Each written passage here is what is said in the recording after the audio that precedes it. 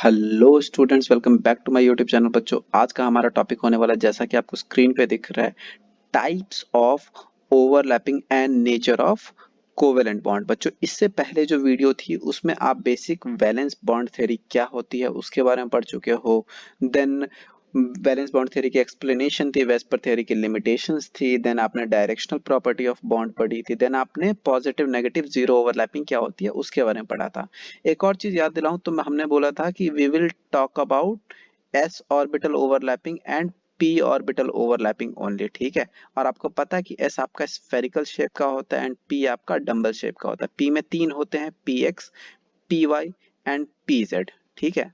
ये सारे ओरिएंटेशन को रिप्रेजेंट करते हैं, खाली कि आप किस तरीके से कौन से ओरिएंटेशन में पी को बनाना चाहते हो।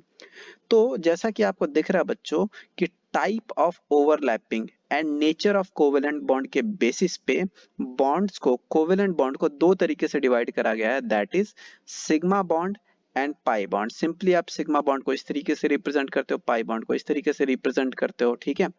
एक्चुअली में किस तरीके की ओवरलैपिंग होती है तो आप उसको सिग्मा बोलते हो, किस तरीके की ओवरलैपिंग होती है तो उसको पाई बोलते हो। इसको सबसे पहले समझने की कोशिश करते हैं। तो देखो बेसिकली क्या बोलता है, अगर मैं सिग्मा बॉन्ड की बात करूं तो this type of covalent bond is formed by the end to end या head on overlapping of bonding orbital along the internuclear axis।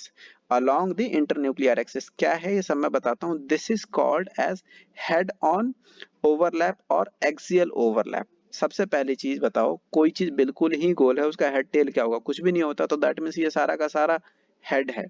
ठीक है। That means for S orbital आप पूरे के पूरे को क्या बोलोगे? This is head. Okay. But अगर आप पी की बात करते हो तो यू नो कि इसमें दो लॉब होते हैं। तो एक को आप, जैसे आपने पॉजिटिव नेगेटिव से रिप्रेजेंट करा था ना, तो दैट मीन्स इसको आपने, ये आपका हेड हो गया, ये आपका हेड हो गया इसके लिए। ठीक है। तो और ये इसके साइड्स हो गए। तो दैट मीन्स वी नो कि ये हेड है और ये साइड्स है।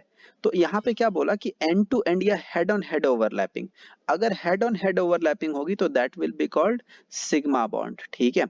अलोंग इंटरन्यूक्लियर एक्सिस, सपोज करो हाइड्रोजन है और हाइड्रोजन है, हाइड्रोजन में तो 1s ही होता है ना, तो इंटरन्यूक्लियर एक्सिस क्या हो गया?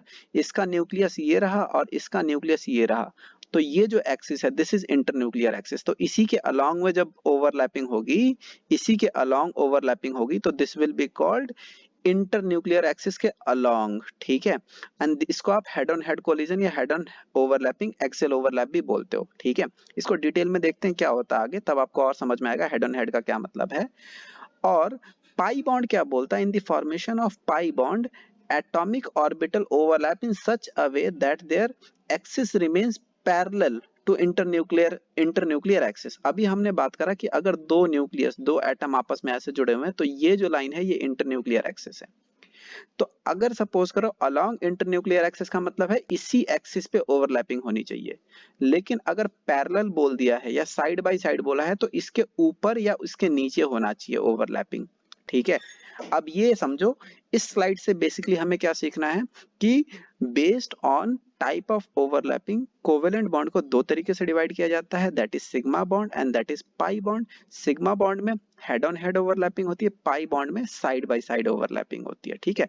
एक इंटरन्यूक्लियर एक्सिस के अलोंग होती है, एक इंटरन्यूक्लियर एक्सिस के आप पैरेलल बोल सकते हो या साइड बाय साइड बोल सकते हो। ठीक है। नाउ नेक्स्ट स्लाइड पे चलते हैं और डिटेल में देखते हैं कि इसका क्या मतलब है। जैसा कि आपको दिख रहा है कि सिग्मा बॉन्ड, सिग्मा बॉन्ड में हमने बोला कि हेड ऑन हेड ओवरलैपिंग होती है। तो एस और पी के कितने कॉम्बिनेशन हो सकते हैं हेड ऑन हेड की? क्योंकि मैंने पहले ही बोल चुका हूं कि मैं किसकी बात करूंगा खाली बच्चों, एस एंड पी ऑर्बिटल के ओवरलैपिंग की। ठीक है। बिकॉज 11th और 12th में इतनी ही लिमिटेशन है, इसके बाकी की चीजें और ज्यादा कॉम्प्लेक्स हो जाती है। तो इतना ही आपके सिलेबस में।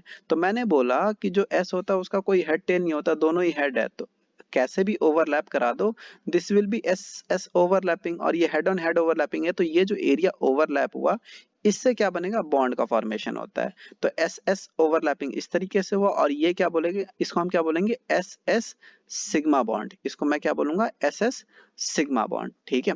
ये क्या कहलाएगा? S S sigma bond. ठीक है। नाउ अगर मैं, इसका तो ये हेड हो गया और मेरे को पता है कि इसके हेड क्या होंगे, ये जो होता है पी का, ये दोनों साइड हेड है। तो मैं किसी भी साइड से ओवरलैप करा दूं बच्चों तो this will be head on head overlapping obviously. और इसको क्या बोलोगे? SP sigma bond. इसको क्या बोलोगे? SP sigma bond.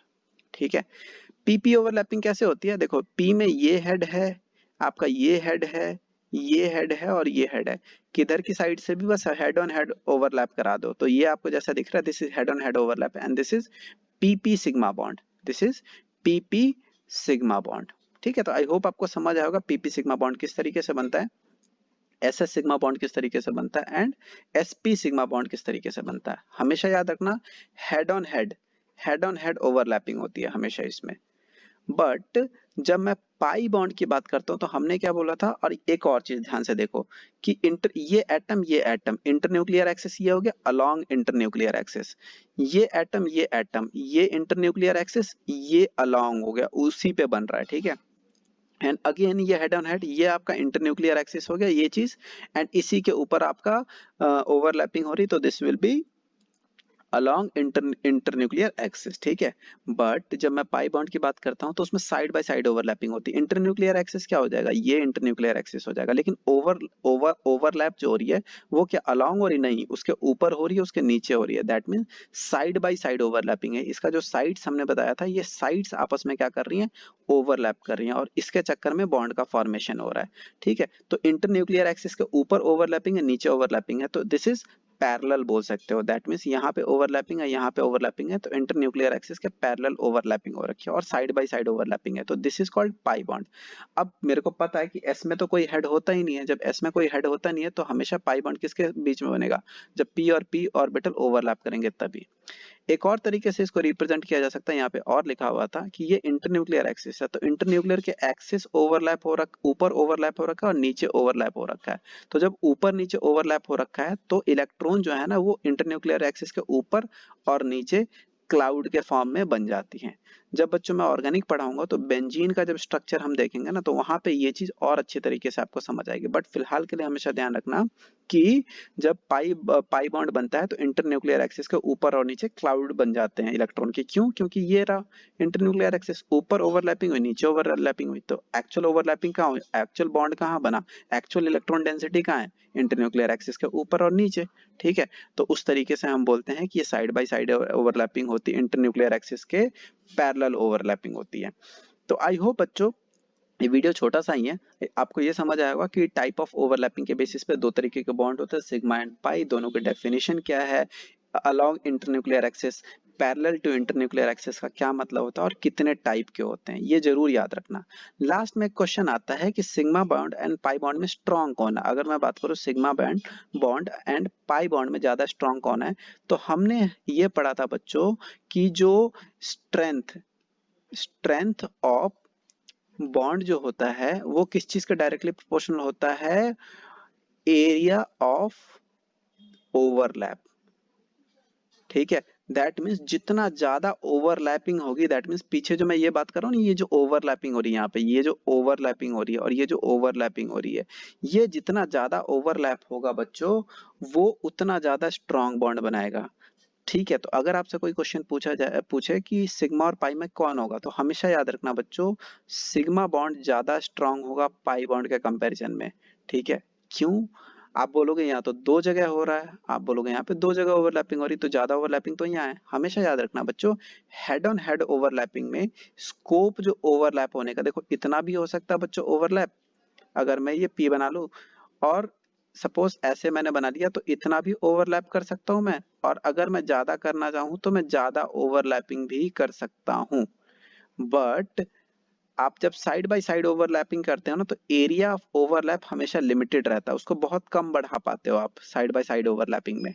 ठीक है, अगर मैं साइड बाय साइड ओवरलैपिंग बनाने की कोशिश करूं तो आप कितना ओवरलैप कर पाते हो वो एरिया हमेशा लिमिटेड होता है, एक के ऊपर एक नहीं डाल सकते क्योंकि that is not overlapping. Overlapping एक सर्टेन डिस्टेंस तक ही होती है, लेकिन हेड ऑन हेड ओवरलैपिंग में आप ज्यादा ओवरलैप करा सकते हो। तो अगर आपसे कोई पूछे कि सिग्मा एंड पाई बॉन्ड में कौन ज्यादा स्ट्रांग है, तो यू विल से कि sigma bond is stronger than pi bond because extent of overlapping जो सिग्मा बॉन्ड में होती है that is more than extent of overlapping in pi bond. I hope बच्चों आपको ये वीडियो समझ आई होगी, अगर हाँ तो लाइक शेयर सब्सक्राइब जरूर करना। Thanks for watching this video बच्चों, बाय बाय।